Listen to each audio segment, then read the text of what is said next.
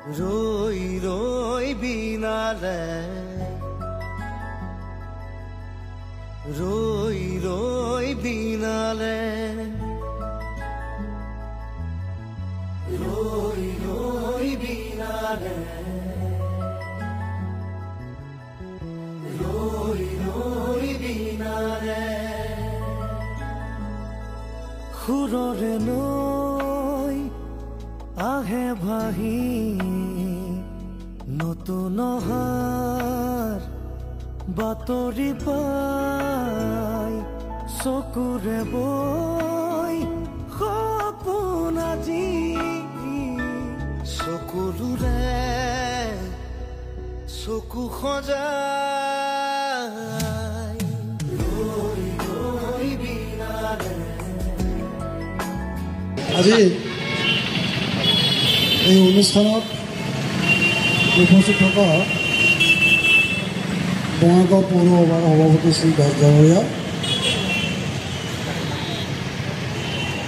Hemanta Sharma sir, Hitesh Das, S কে দাস সমন্বিতে অনিল চৰণা প্ৰমুখে এই অঞ্চলৰ বিশিষ্ট ব্যক্তিসকল আৰু ইয়াত উপস্থিত থকা জুবিন প্ৰেমী বন্ধু বান্ধৱীসকল,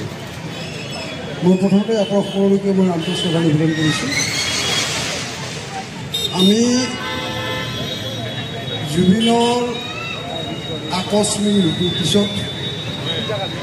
জুবিনক বঙাইগাঁৱত জীয়াই ৰখাৰ স্বাৰ্থত আমি এখন সভা অনুষ্ঠিত কৰিছিলোঁ বিজনা পাব্লিক লাইব্ৰেৰীত। আৰু বিজনা পাব্লিক লাইব্ৰেৰীৰ সেই সভাতেই এটা আমাৰ সিদ্ধান্ত হৈছিল যে জুবিন গাৰ্গৰ এটা প্ৰতিমূৰ্তি নিৰ্মাণ কৰিব লাগে। আৰু তেনেদৰে এটা সিদ্ধান্ত হোৱাৰ পিছত আমি পৰৱৰ্তী পদক্ষেপখিনি গ্ৰহণ কৰিছিলোঁ। গ্ৰহণ কৰাৰ পিছত আমি জিলা প্ৰশাসনত আবেদন কৰাৰ পিছত জিলা প্ৰশাসনে সন্ন্যাসী পাহাৰৰ 8 বিঘা মাটি আমাক আবণ্টন দিছে। আৰু সেই মাটিডোখৰতে আমি ইতিমধ্যেই আজি জুবিনৰ জন্মদিনত আমি তাত প্ৰতিমূৰ্তি নিৰ্মাণৰ কামত আধাৰিত স্থাপন কৰিছোঁ। আমি এই কমিটিখন গঠন কৰাৰ পিছতেই আমাৰ এই কমিটিখনৰ সদস্য অভিজিত চৌধুৰী, আমাৰ ৰাহুল সমন্বিতে এই অঞ্চলৰ ভালেকেইজন ব্যক্তি আমাৰ সদস্য হৈ উপকৃত আছে। আৰু তেওঁলোকৰ আহ্বান মৰ্মে, তেওঁলোকৰ অনুৰোধ মৰ্মে যে এই BOC গেটটো জুবিন চক নামেৰে নামাকৰণ কৰিব লাগে আৰু ইয়াত এটা জুবিনৰ আবক্ষ মূৰ্তি ইয়াত স্থাপন কৰিব লাগে বুলি তেওঁলোকে আমাক অনুৰোধ কৰিছে। আৰু সেই অনুপাতে আমি যিহেতু বঙাইগাঁও পৌৰসভাৰ অধীনত এই অঞ্চলটো, আমি জুবিন গাৰ্গ স্মৃতি ৰক্ষা সমিতিয়ে বঙাইগাঁও পৌৰসভাক আমি আবেদন জনাইছিলোঁ যে আমি এই চকটোৰ নামকৰণ জুবিন গাৰ্গ চক হিচাপে নামকৰণ কৰিব লাগে আৰু ইয়াত আমি এটা আবক্ষ মূৰ্তি নিৰ্মাণ কৰিম, এনেধৰণে তেওঁলোকক আমি আবেদন জনাইছিলোঁ। আৰু এই আবেদন মৰ্মে তেওঁলোকে আমাৰ আবেদন ৰক্ষা কৰি তেওঁলোকে সন্মতি প্ৰকাশ কৰি আমাক চিঠি প্ৰেৰণ কৰিছে আমাৰ এই জুবিন গাৰ্গ স্মৃতি ৰক্ষা সমিতি। আৰু সেই অনুসৰি আজি জুবিনৰ জন্ম দিৱসৰ দিনটোতেই আমি এই জুবিন চক, এই BOC গেট যিটো আমি BOC গেট যি কওঁ, জুবিন চক নামেৰে নামকৰণ কৰিবৰ কাৰণে আমি ওলাইছোঁ। আজিৰ পৰা এইটো নাম সলনি হয়, BOC গেটৰ পৰিৱৰ্তে আজিৰ পৰা এই অঞ্চলটো, এই চকটো জুবিন চক নামে নামকৰণ কৰিছে, জনজাত হ'ব আৰু প্ৰিয়। গতিকে আমি প্ৰথমতে এই অঞ্চলৰ ৰাইজক, বঙাইগাঁওবাসী ৰাইজক আজিৰ পৰা BOC গেট এই শব্দটি পাহৰি যে জুবিন চক যাতে আপোনালোকে মনত ৰাখে আৰু ইয়াত যেতিয়া আহিব জুবিন চক বুলি যাতে আপোনালোকে অটো, টেম্পো বা যিয়ে নহওক ৰিক্সা যিহেতু আপোনালোকে ভ্ৰমণ নকৰে কিয় আপোনালোকে অন্ততঃ যে আমি জুবিন চকত যাম, এই নামটো তাৰমানে পপুলাৰ কৰিবৰ কাৰণে আপোনালোকক অনুৰোধ জনাইছোঁ আৰু এই নামটো আমি যদি চবেই যদি জুবিন চক বুলি কওঁ তেতিয়াহ'লে প্ৰকৃতাৰ্থত আমি জুবিনৰ প্ৰতি সন্মান জনোৱা জুবিনৰ প্ৰতি শ্ৰদ্ধা নিবেদন কৰা আৰু জুবিনক আমি বঙাইগাঁওবাসীৰে জীয়াই ৰখাৰ ক্ষেত্ৰত সক্ষম হ'ম মই এইখিনি আপোনালোকক অনুৰোধ কৰিছোঁ আৰু আমি ইয়াত আমি এটা জুবিনৰ আবক্ষ মূৰ্তি আমি নিৰ্মাণ কৰিম আমি স্থাপন কৰিম এইটো যিহেতু ৰাস্তাটো গড়কাপ্তানি বিভাগৰ গতিকে আমি PWD বিভাগৰ লগত আমি যোগাযোগ কৰি ক'ত আমি তাৰমানে জুবিনৰ আবক্ষ মূৰ্তিটো স্থাপন কৰিব বুলি আমি নিশ্চয় চাম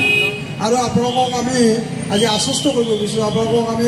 কমিটমেণ্ট দিব বিচাৰিছোঁ যে আমি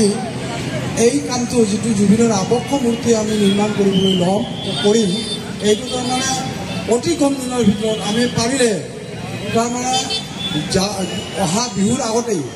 তাৰমানে আবক্ষ মূৰ্তি বনালে এতিয়া যিয়ে নহওক আমি ব্ৰঞ্জৰে বনাওঁ বা ফাইবাৰেৰে বনাওঁ কিছু সময়ৰ প্ৰয়োজন হ'ব গতিকে আমি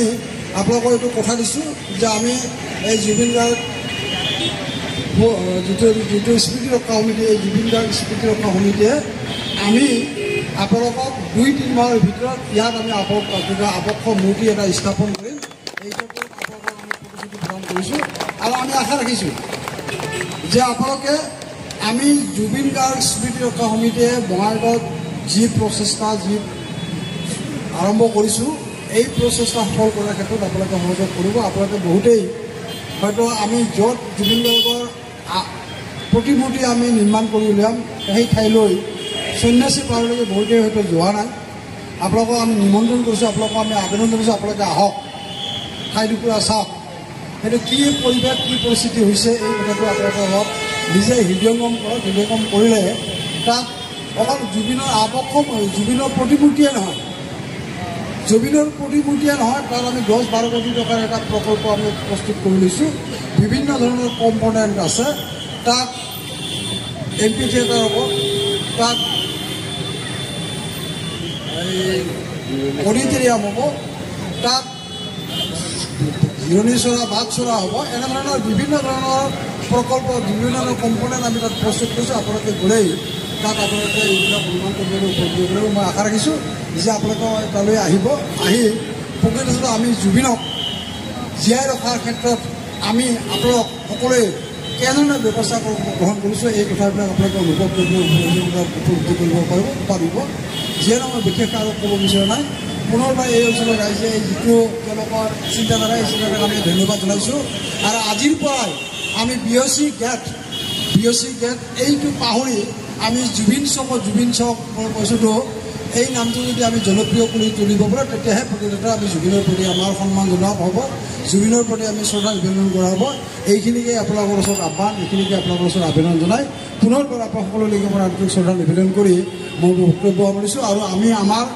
আপোনালোকে আমাক যি দায়িত্ব অৰ্পণ কৰিছে সেই দায়িত্ব পালন কৰিবৰ কাৰণে আমি আগবাঢ়িছোঁ ধন্যবাদ